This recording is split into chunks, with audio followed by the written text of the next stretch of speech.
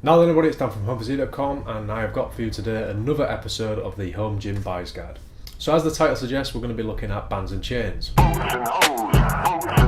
No, not boats and hose, bands and chains. No, bands and chains. No.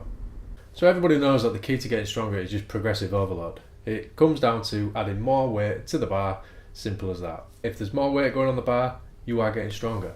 A method that was made popular by Louis Simon of Westside Barbell was accommodating resistance. And what he found was that by using chains, he was able to change how the loading on the bar would be throughout the set, throughout the range of motion. He also found that you could mimic how the suits would help them in the lifts. It also created like a different dimension to the way that the weights would come in, and obviously with the use of bands as well, you had where a different feel of the load would just come out of nowhere. So it got your body used to the crazy forces that were coming out of nowhere. And then when you went back to using just a normal straight loaded bar, things felt a hell of a lot easier because speed had developed and just force generation had developed. Initially, many raw lifters, they kind of shunned the idea of using this because, simply put, when you're a raw lifter, you need to be able to lift all of the weight at all of the time. So if you've got something that makes it really light, when let's say use a squat for example, when you're in the hole, if it gets light all of a sudden, and then when you come up it gets heavier, people were kind of the opinion that that was no good, simply because you need to be able to lift all that weight. So if once you move to a bar that's constantly heavy, when you get into the hole, you're not going to be able to get out. But they did find that it was helping them to develop speed and explosive power, so they were able to generate that force really fast and be able to power through the lift. So it became quite popular with raw lifters as well. The most common ways of implementing accommodating resistance is the use of bands and chains. Now, they both add more resistance to the bar, they both bring in that different type of loading, but for me, I'd say that bands are probably a little bit more versatile because they can be used slightly different to how chains can be used. With chains, the more links that are hanging freely off the floor, the more weight is going to be on the bar. So let's say you've got a 10 link chain and each link weighs 2.5 kilos. If all of the links are off the floor, you're going to have 25 kilos of weight on the bar.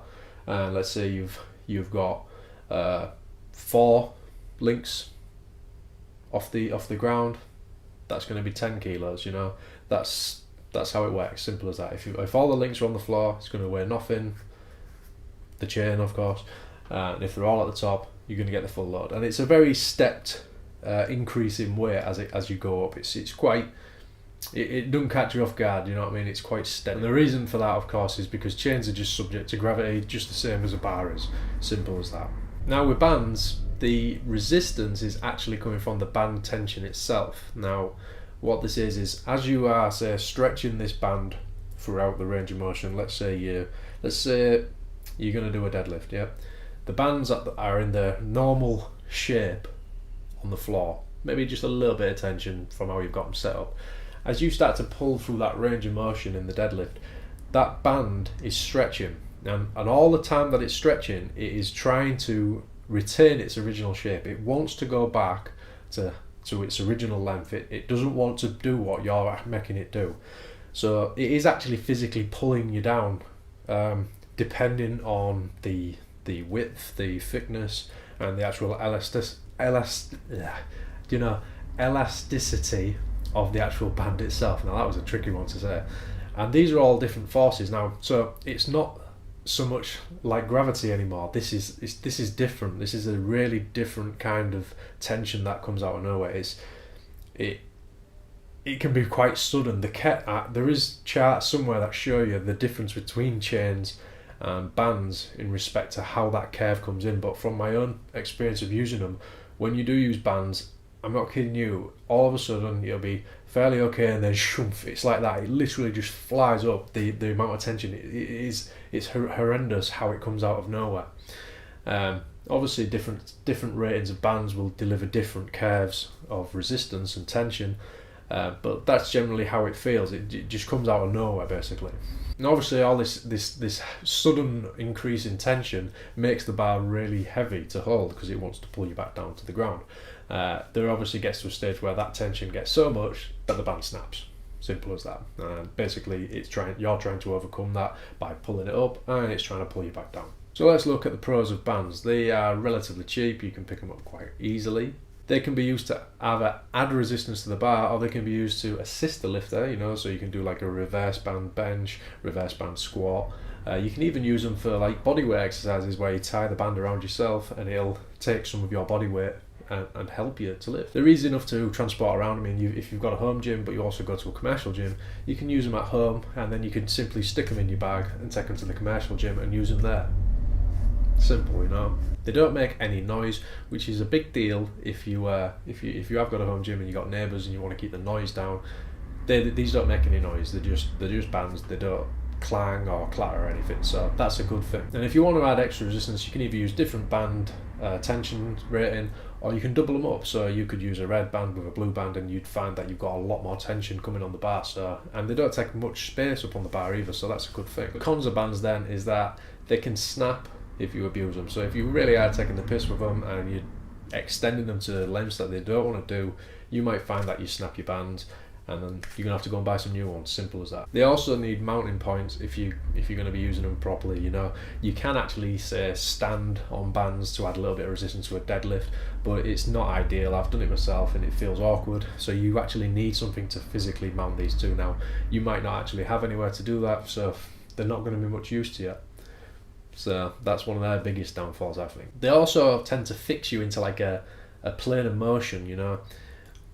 It's strange. It's a bit like using a Smith machine. Because of how you've got them mounted and how it touches the bar, it tends to pull you in that certain position. So whereas let's say if you're doing a squat, it should be up and down, if it's ideal, but a lot of people tend to like either bend forward or a little bit back, and the bar path is a little bit different. These will tend to take you to wherever their band wants you to be, so you're sort of fixed into that band's range of motion. So if you're a beginner and you're trying to learn form, it can actually be a bad thing, because it doesn't encourage you to learn your own proper form. It pulls you where it wants you to be, so that can be a bad thing. The other bad thing as well about bands is that they can really, really, really tax your CNS. They can pagger it because of just the sharpness in which the tension comes in. That curve is so intense that you can be left feeling absolutely raped after doing a really strong session on the band. So you shouldn't be using them all the time, put it that way. Pros of chains then, the weight comes in pretty steadily. Like I say, it hasn't got that tense sharp curve of tension. It just comes in steadily, like boom, boom, boom, boom. You'll feel it come in. It just gets heavier and heavier, but it doesn't come in shockingly. It's quite manageable, put it that way. You can pretty much get chains from anywhere really, like scrapyards. You might even be able to get them for free from scrapyards. A lot of places are, because they tend to be made from just like steel or iron or whatever. A lot of places aren't that bothered. They're not really worth much in terms of scrap, so they'll probably just let you have them for next to nothing. You won't pay much for them. If you're going to buy them from like DIY stores, you might find that they cost a little bit more. And one of the cons is that if you are going to actually buy chains from a specific gym vendor, you are going to pay through your ass for them, because they are pretty damn expensive in that respect. You can also customize chains to bring different types of weight in at different stages. And the way you can do this is either by adding more chains on certain links, so that at different heights different loads come in, or you can add like actual plates. You could get like a 2.5 kilo plate and tie wrap it to one of the links, so that at that stage that link adds 5 kilos rather than 2.5. There's ways to customize them that's quite easy. It's cheap to do it as well. As I said as well, with bands, how they fix your range of motion to a certain path, chains don't tend to do that. The weight still feels very much free on your back. Wherever you go, the chains will follow you, and it feels less restricted, so that's obviously a good thing.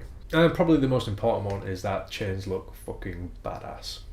Obviously, that is the one that matters the most. Cons of chains then is that they can only add weight to the bar. They can't actually be used to assist you. Obviously, having less weight at the bottom of the squat is assisting you in a way, but you can't use it to sort of help you out of the hole.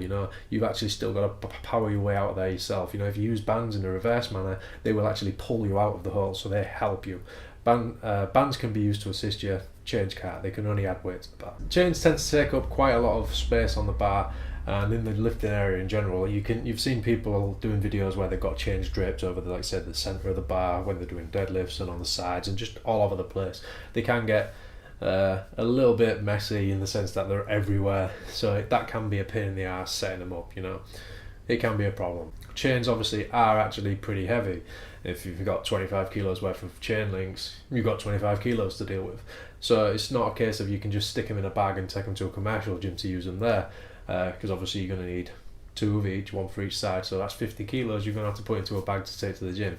Also, most commercial gyms probably won't appreciate you bringing in all them and then start using them. So if you are using them in a home gym, which this is the home gym buyer's guide, you're also going to need somewhere to store these. I mean, I've got mine stored on the wall, but if you couldn't store them on a wall, you're going to have to keep them on the floor somewhere, and they will take up a fair bit of space, so you've got to take that into account. Chains are really, really noisy. They clatter and clang, and if you have got neighbours, like I say, that's probably going to be a problem for you, because they are very noisy. A lot more noisier than just using normal plates. You are going to hear them clanking about, and I can imagine people complaining, put it that way. And as I mentioned in the pros section, although they are fairly cheap to come by if you can find them in the right place, if you actually want to buy specific chains for use on a bar with the collars and all that, they are really expensive. A lot more so than, say, buying a set of bands. So for me then, if I had to just choose one, I would most likely go for bands, simply because they fit my requirements for training. They are very versatile, and if you look back over the channel, since I've bought both the bands and the chains, you'll notice that there aren't many videos of me using the chains, but there's absolutely tons of me using the bands, simply because for a lot of the reasons listed in the pros and cons, they're just right for me. So I like bands. And of course, I mean, they both got their own benefits, so if you're only going to get one now, it might be worth considering getting the other type in the future. So let's say you buy some bands now, maybe get some chains later. You might find that you just like using the one that you buy and you don't need to bother about the rest, but only time can tell on that one. But anyway, this has been a pretty goddamn long video, and I thank you for watching it, and I'll see you next time. Cheers now.